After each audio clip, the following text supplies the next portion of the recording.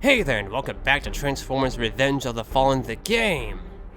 As you recall, in the last episode, we began our DLC dissection with a survey of the only movie-based Decepticon in the DLC, Decepticon Soundwave. And now, we are continuing with the study of another one of the new movie-based characters in the DLC. One of my personal favorites, actually. And while he may be small, he sure can pack a lot of punch. That is, of course, the Autobot Swordsman, Sideswipe. Let's clear a path and check him out. And here we have Autobot Sideswipe. Sideswipe, as I said, is one of the smallest characters in the game, but also has a lot of bite to go with it. And you shouldn't take him lightly. As far as I can tell, Sideswipe seems to be primarily based upon his early concept art, as there are several key design aspects that I'll run through shortly here that seem to indicate such. So, Sideswipe can be taken to 6 of the 23 missions in the Autobot campaign: The Battle Begins, Failure to Communicate, A Girl in Trouble, Return to the Refinery, Allies Attacked, and Riding Shotgun. The Battle Begins being a noteworthy highlight, as naturally, he was the one who took out Sideways in the movie, so I think that may have had some influence as to what mission he was made available for. Anyway, let's roll in close and slice through some specifics. Starting up at the head, Sideswipe's head model seems to most closely resemble what is seen in his promotional renders, with the only main distinction being that he's missing his distinctive head glyphs on his top head armor. Fun fact, this is actually the same model as used in the Dark of the Moon game, with the only real difference being that he received an entirely new head model that is better detailed and supports actual lip movement now, whereas the ROTF model did not. Next, we have his chest, and this is one of the key areas that confirms to me that this model is primarily based upon his concept art. Scattered across his chest, he has several random blue sections.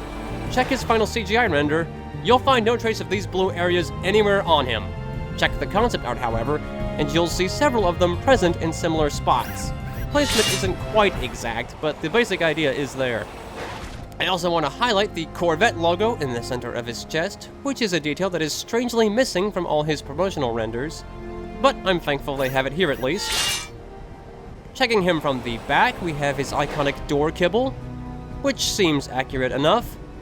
He's got a bit more blue spots on the back there, but otherwise not a whole lot to mention. Moving over to the shoulders, there isn't much of note to mention here. Though, here's a little piece of trivia. Sideswipe actually has Bumblebee's crotch hatch as a random piece on the lower section of his shoulders. Right there. Yeah, good luck on seeing that now. In all honesty though, this is a pretty common practice for the actual CGI models. You'll find tons of reused parts if you look carefully enough. But I'm getting off track here. Let's move on. Moving over to the arms, we come to what is the clear indicator that this deco is based primarily upon his concept art, and that detail can be found on the blades themselves. In the final CGI render, Sideswipe's blades have extensive Cybertronian glyph detailing on them. And while the promotional material obviously lacks this detailing as well, it is still somewhat on the darker side. The concept art, however, has his blades as simple silver. That, combined with the several blue areas he has, makes it clear that this deco is certainly based upon concept art. Moving down to the hips, Sideswipe has these unique connection rods that go from his hips to his thighs. Other than that, there's nothing really special here to mention. His thighs, however, are a bit more on the unique side. He's got his distinctive hydraulics on the back of them that connect both the thighs and knees. Finally, we come down to his feet, and this is where we come to a detail that took me years to actually realize. Sideswipe has asymmetrical feet. Yeah, I think most of us tend to think that both his feet more so resemble his right foot, but no, it turns out they are actually quite different from one another. I won't bore you with all the ins and outs of all that, but suffice to say, they really are quite different from each other. And that's all for the visual analysis. Time to slice over to gameplay. Starting with health, Sideswipe has a maximum health value of 375. When it comes to movements, Sideswipe can perform all the maneuvers a standard playable character can, but with a few distinctive tweaks made to support his distinctive movement style. He can walk, or in this case, kick roll,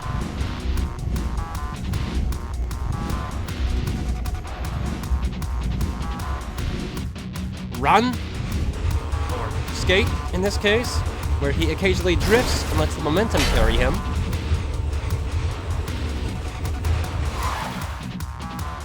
Jump. Jump slam.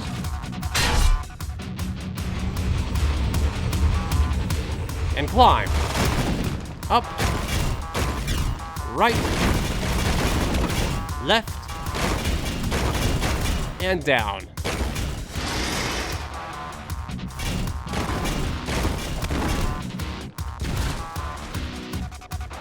For weapons, Sideswipe actually reuses the model of the Autobot Scout's weapon, which is a straight-up port. For the ranged weapons themselves, Sideswipe has his primary pulse pistols, which do 26 damage per shot, and can be fired about 26 times before overheating.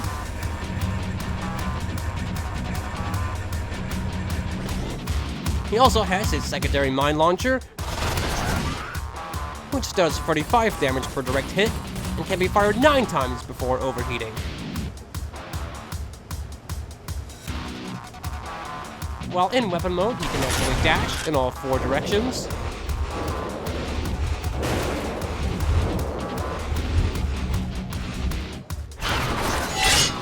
For his special ability, Sideswipe has his distinctive Blade Strike, which fires his blades at a target, doing 200 damage upon impact, while also slowing them.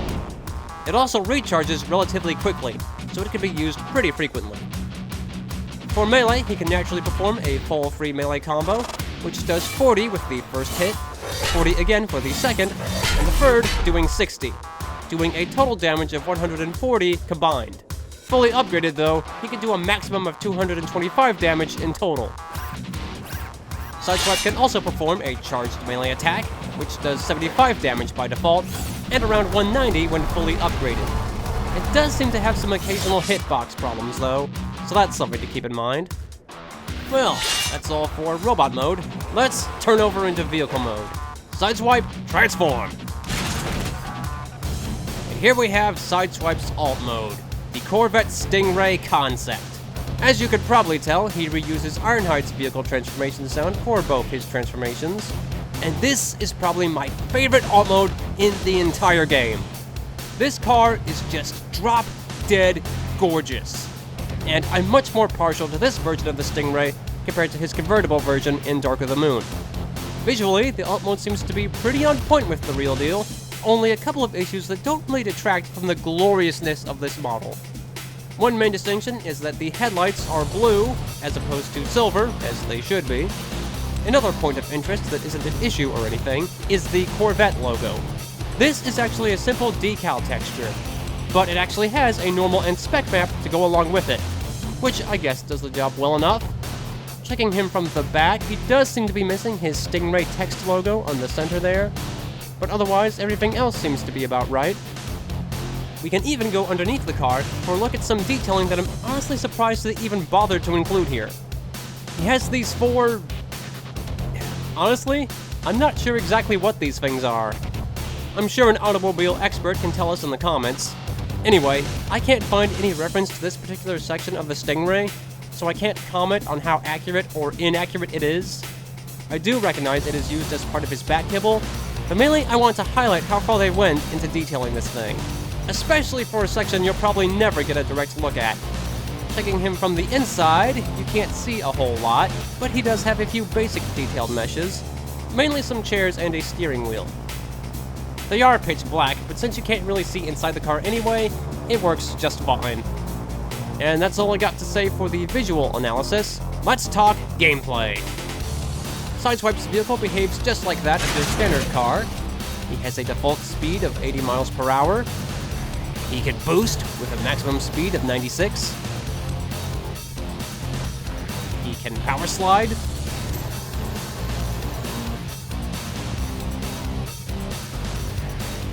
Reverse.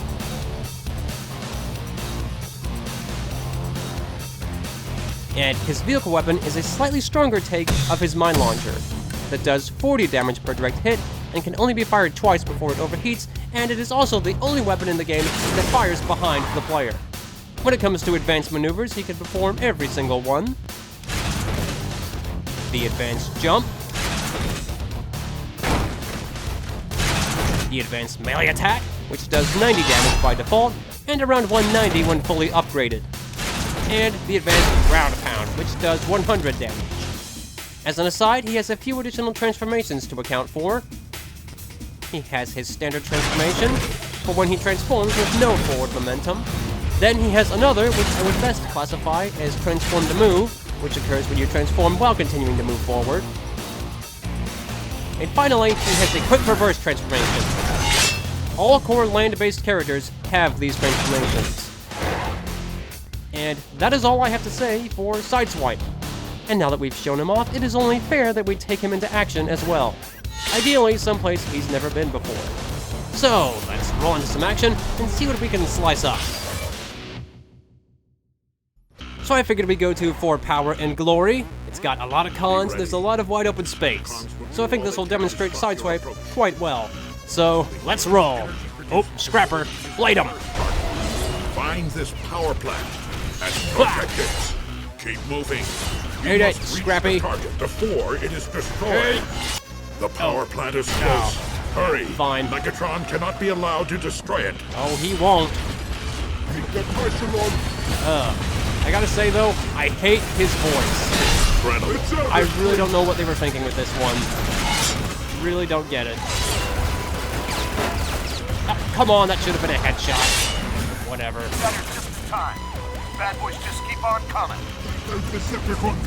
Don't like your voice. Oh, come on, that should have been an overload. Autobots, Decepticons inbound. We are under attack. What? Who's that? Let's go mining. We're pushing them back.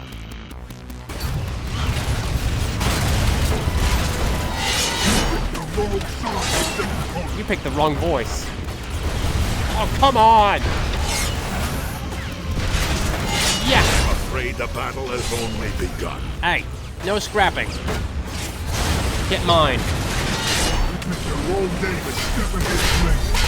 Oh no, I have 20 warnings. Keep the pressure on. Ow. Please stop talking. Headshot. The energy facility is failing. It's you fine. must protect it. Ready to dance. No.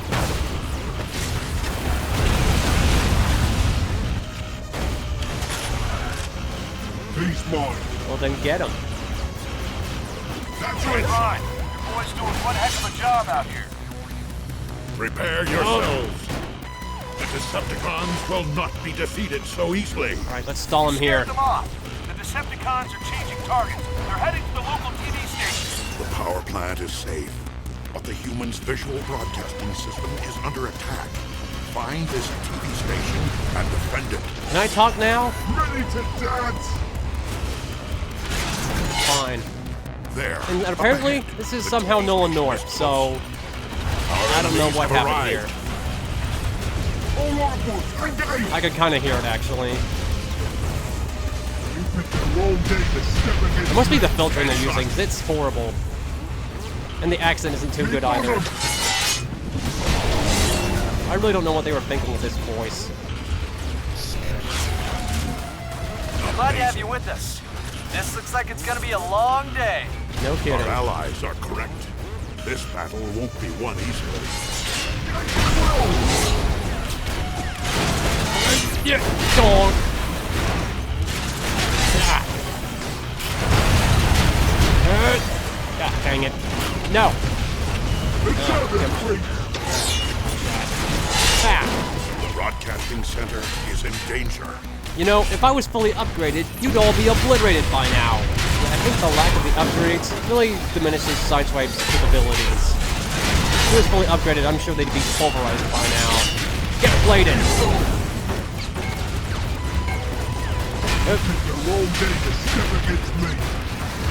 You're... Taking heavy damage. I'm fine!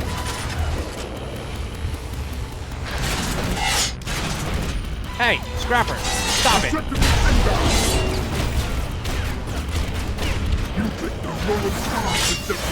Come back here.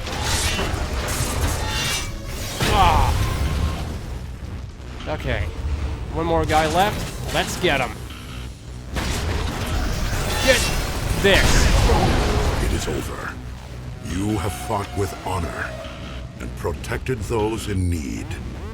I am proud to serve beside you.